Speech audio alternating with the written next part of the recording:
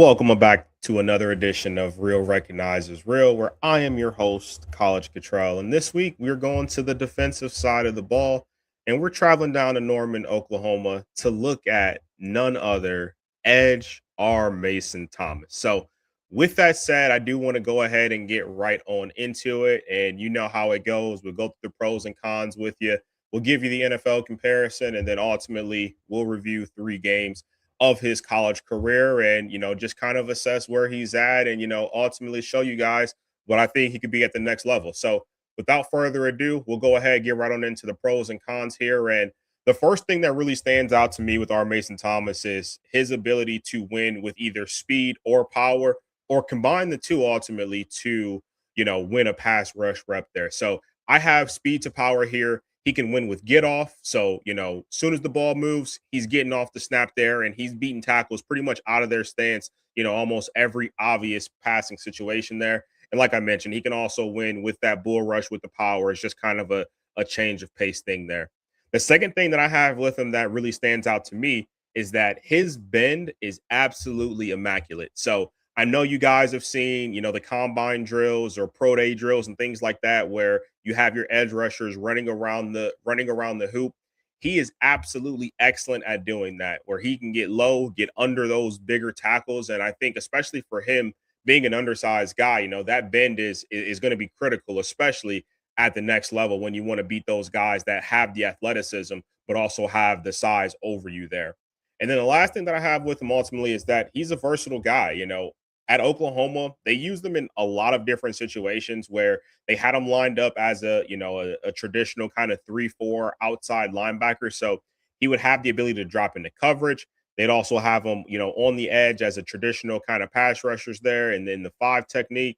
And then they also had him slide inside sometimes where he was, a 4-eye, or he was lined up over a guard, or they had him run some stunts there where he was trying to beat the centers and things like that. So I think he's pretty versatile as far as his talent goes.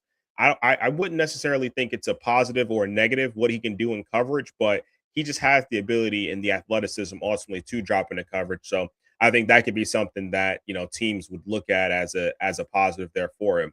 Now, just taking a look at some of the cons here. The first one being is durability. So, if you know our Mason Thomas or you're familiar with his college career, he had two major ankle surgeries, pretty early on. And then this past year, he did have a soft tissue injury where he missed a couple games there as well. So, I mean, just consistently, staying on the field is definitely going to be a concern there. And especially, given the two ankle surgeries. But I think he's young enough and he also has production to where that shouldn't scare you off too much, but definitely something I wanted to point out. Something I mentioned there as well, just talking about the pros and, as a positive with his ability to bend. I do think a con for him is going to be that frame. And I think he does well working with the size that he has there. But I do think it's important to mention that he is slightly undersized to be, an every down edge or an every down outside linebacker there. So I think he has the talent to, slow down the run and things like that. But just from a strategical standpoint there, I can definitely see where, if a team wants to put him in the best position to be successful, they may, try to just filter him in and throw him in there in the obvious passing situations.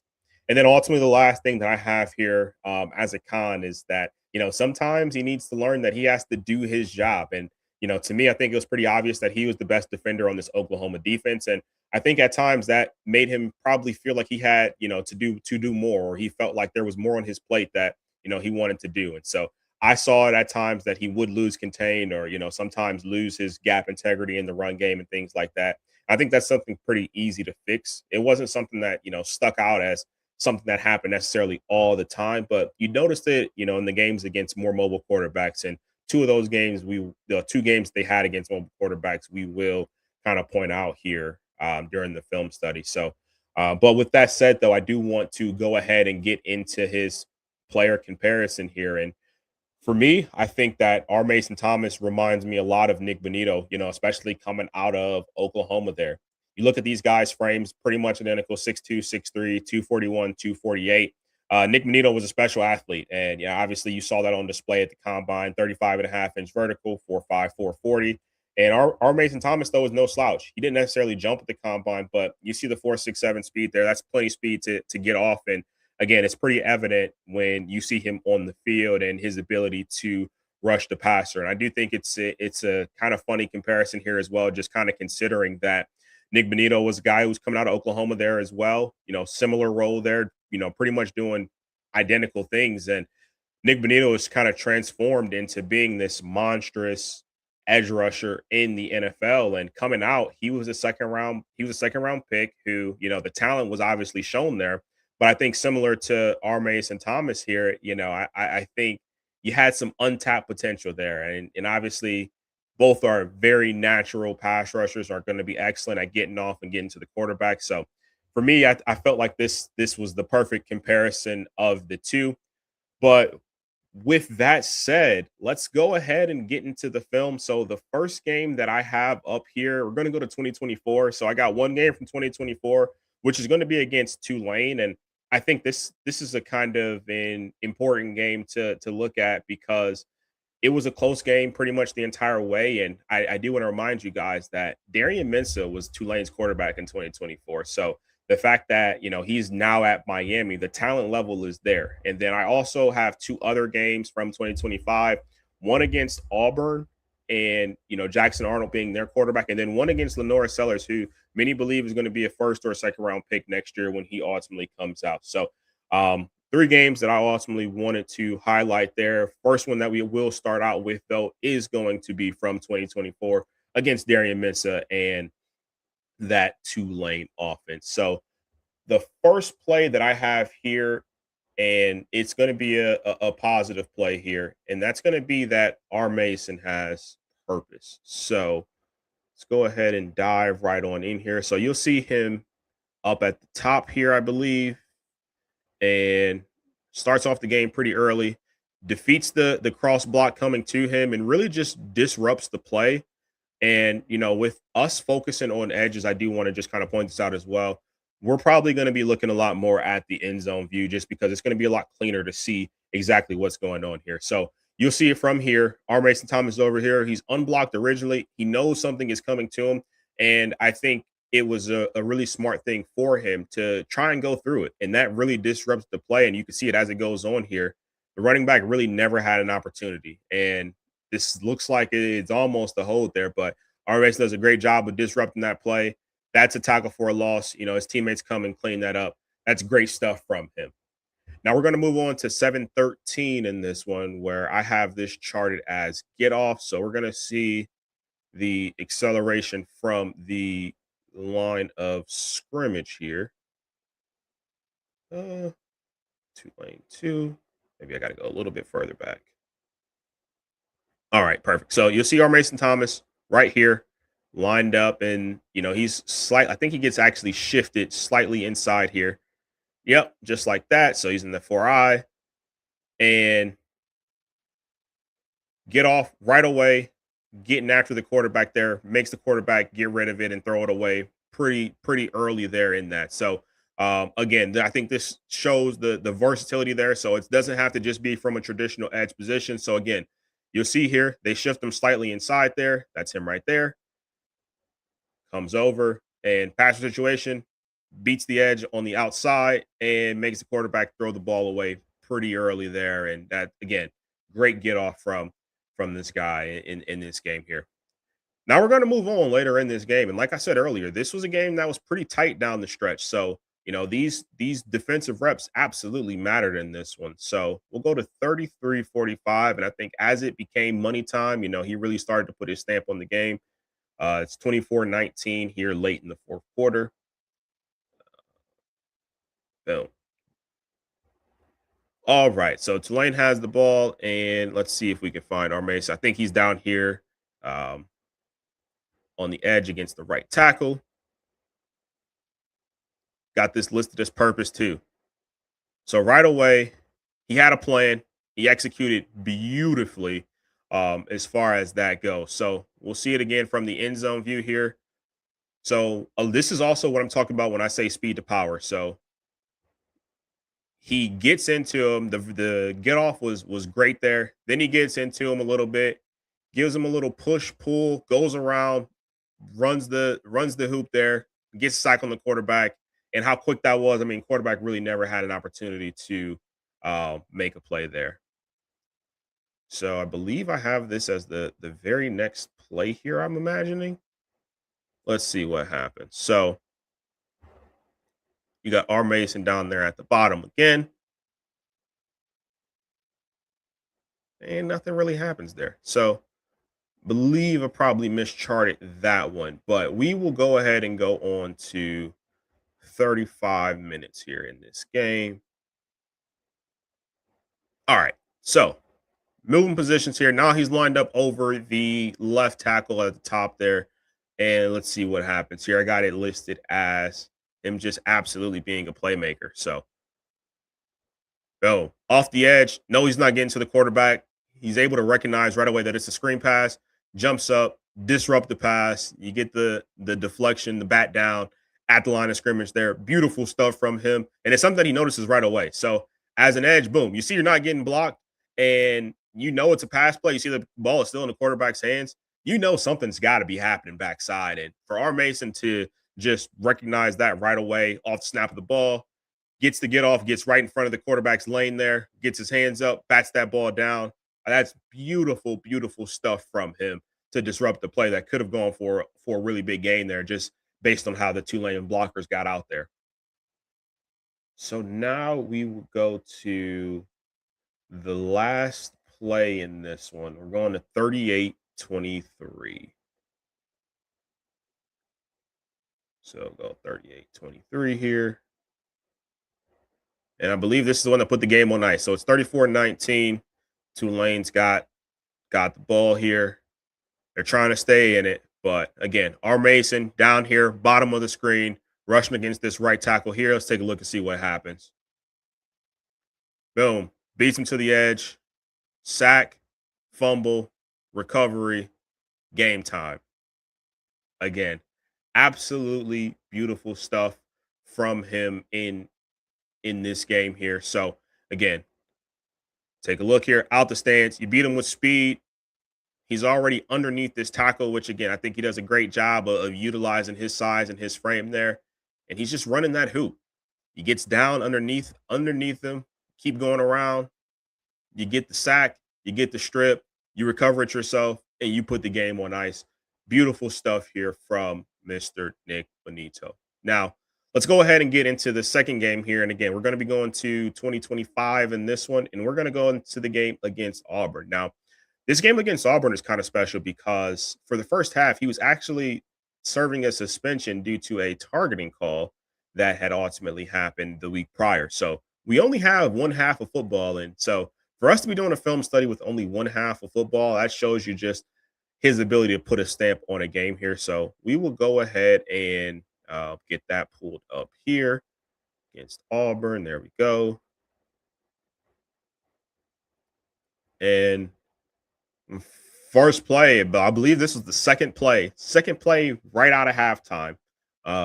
He puts his stamp on it pretty much right away. Got it listed here as get off, and he's lined up against the right tackle here, bottom of your screen.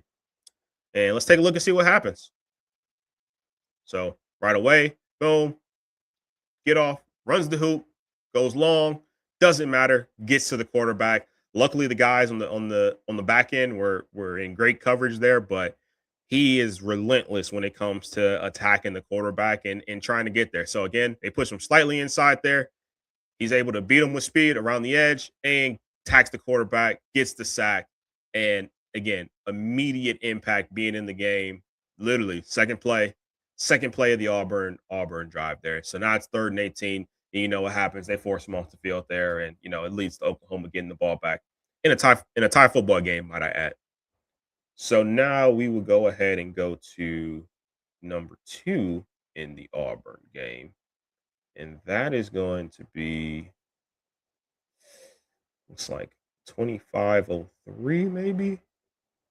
Yeah, we'll go to 2503 in this one.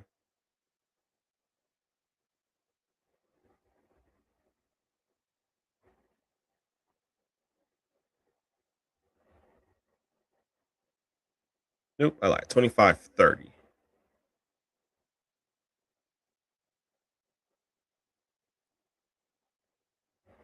All right, let's take a look, see what we got here. So, got him up at the top there, and we'll just start it right here.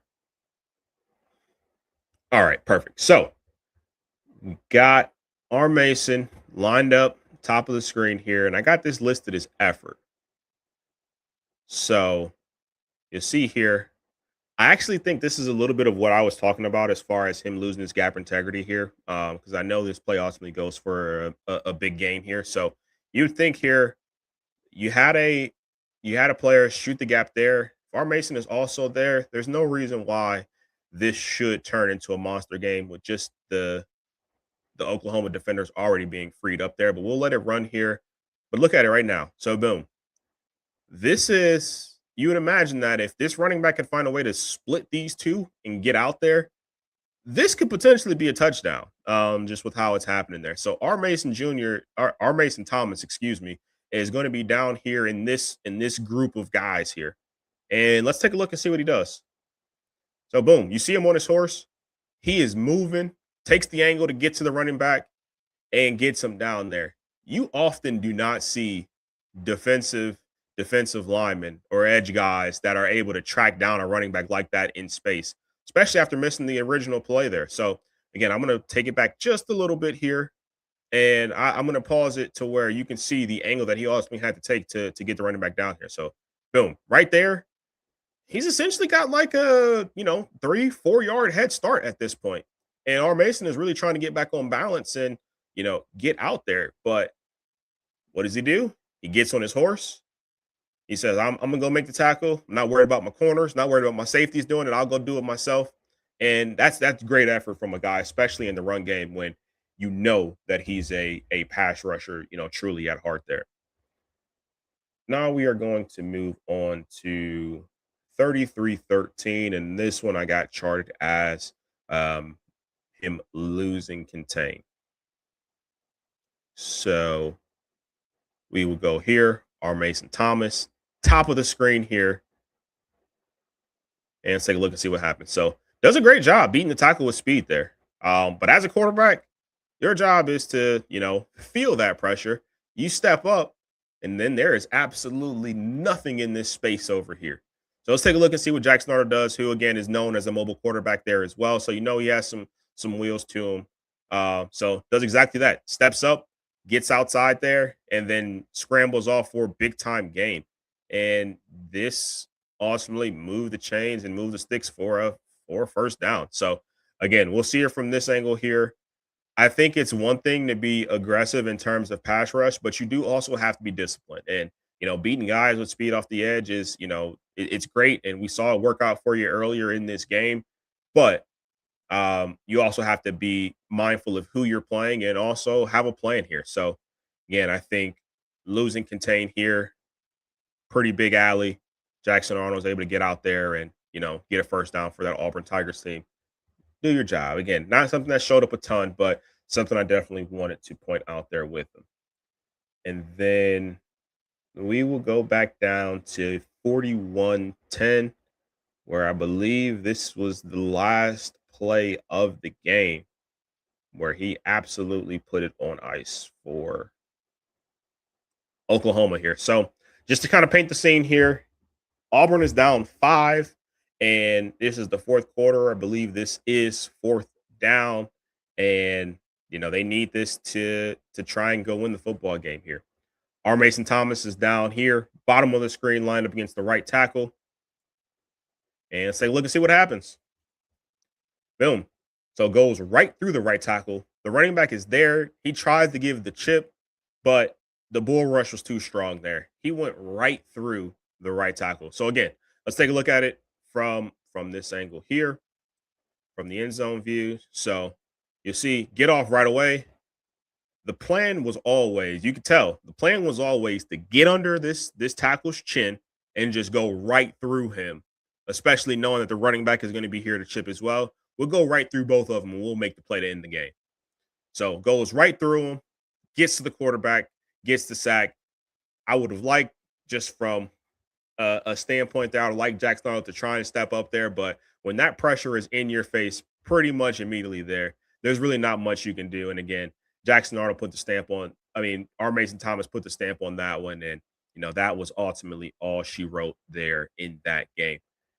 Now we will move on to the last game where it is against O- Oklahoma versus South Carolina. And go ahead and share the screen. And again, this is against Lenora Sellers, who many of you I'm sure are familiar with, is going to be a top pick in next year's class. So um, where are we starting at in this one? We're going to start off. See, one from speed to power, and this play is kind of funny because yeah, I mean you'll see it here, but we'll start it off right here. Back it up just a little bit so you can actually see the get off there as well. So you got R. Mason Thomas lined up here, bottom of the screen against the left tackle, and you will see the speed to power. So get off right away, gets gets right through him, and he's there to make this play. Norris is there. This should be a sack, and so this is a positive. It's also a little bit of a negative there as well because as you will see here, R. Mason doesn't get him to the ground. He actually gets stiff armed, and Lenoris turns that and what should have been a sack into, actually a pretty decent gain there. So we'll see it again here from the end zone view. He is going right through this left tackle, is giving him everything he can handle and then some. But Lenoris is strong enough to get him off with the stiff arm there and actually get a gain there. So I think it's some positive with the negative there. But again, Lenoris is a special QB there. So don't necessarily want to hold it too much against them, but I think it's just kind of something that shows you what can be in R. Mason's arsenal there. Now we will go to 14-11 here to show you some of that get off.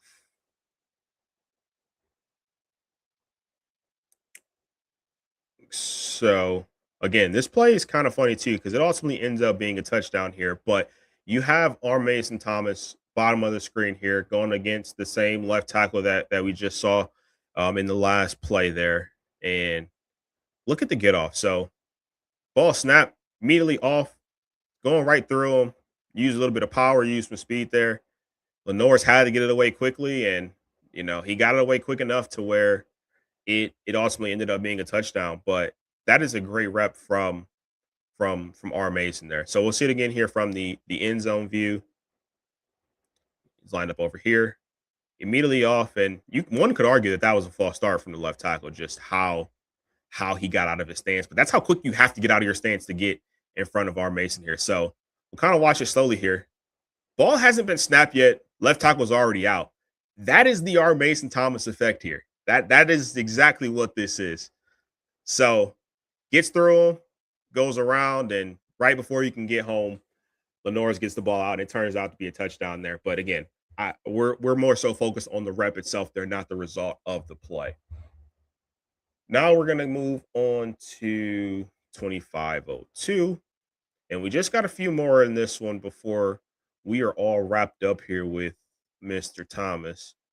But let's see, 2502. Go right here. All right. So, top of the screen here, they must have liked this matchup against this left tackle from South Carolina. I got this play listed as get off. So, we'll see it again here. Immediately around the edge, sack. Absolutely nothing Lenoris could do there. We know Lenoris is a great athlete. We know that we saw the stiff arm earlier where he's able to kind of create some stuff out of nowhere. And again, kind of cheating a little bit here, but you see the ball still has not moved yet. And this left tackle is already getting out of his stance to try and beat R. Mason to the spot there. So even with him getting the slight advantage there and getting out of the stance, it doesn't matter because R. Mason gets right around him because he's been mixing it up so much throughout this game.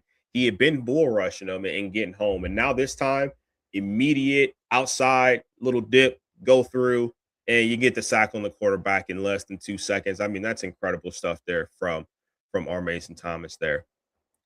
Now we will go to 33-13, where he loses some contain here. So just like we saw in the previous game against Jackson Arnold, what feels like an obvious pass rush situation.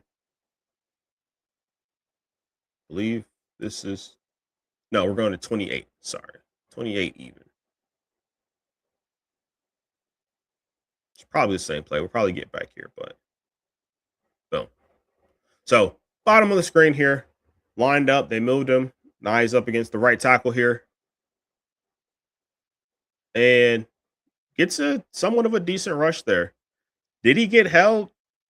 Maybe. I think one can argue that did kind of look like a hold. But again, you kind of have to know who you're playing and what your responsibilities are. With this rep, you could tell he really wasn't getting home. I think the right tackle did a great job of kind of, establishing a base there. But again, you have to know that you have somebody inside here who should be plugging up this gap here. And then ultimately, your job is to also keep contained, especially knowing that you have as great of a mobile quarterback as Lenore Sellers there. So gets outside of him. And again, that could have been a hole, maybe.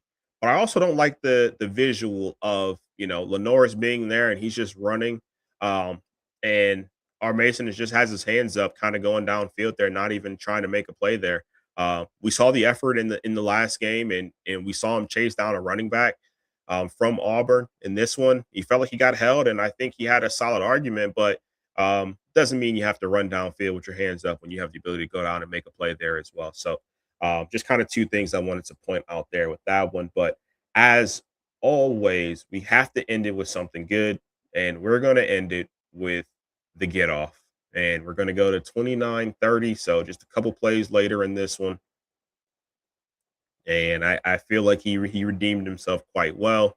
So you see, lined up against his favorite left tackle probably in all of the SEC here. And let's take a look and see what happens. So beats him to the edge, and Lenore's kind of escapes, but luckily, our Mace Thomas had some teammates that were also there.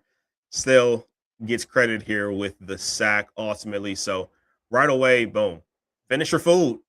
Again, I know Lenore's is great, but finish your food. You had him here, and ultimately it ultimately ended up being even more of a loss because Lenore's had to retreat. But I mean that get off is absolutely immaculate there, and the fact that he was able to get to the quarterback pretty much right away. But this is what we call relentlessly pursuing the quarterback here as well. So you miss the play, but then you follow it up and you still get him down, and it gets counted as a sack for you. So um, absolutely love to see it. And I think that, our Mason's going to go to the league and he's going to be special, man. I don't have that Nick Bonito comparison for him, and I don't use that lightly. I think he's going to be a great pass rusher, especially if he goes to the right team and he's in the right system. Because I think he has all the tools to be a truly natural pass rusher there. I see him being a first round, maybe a second round talent. Personally, I think I have him as my third best edge, and that's including all the guys you can think of. And I'll have a full breakdown of my top five position by position. That's including, the Ruben Baines, the David Baileys, the Arvell Reeses. That's including all those guys. I got R. Mason as my edge three, and I think that's a true testament to what his skill set really is.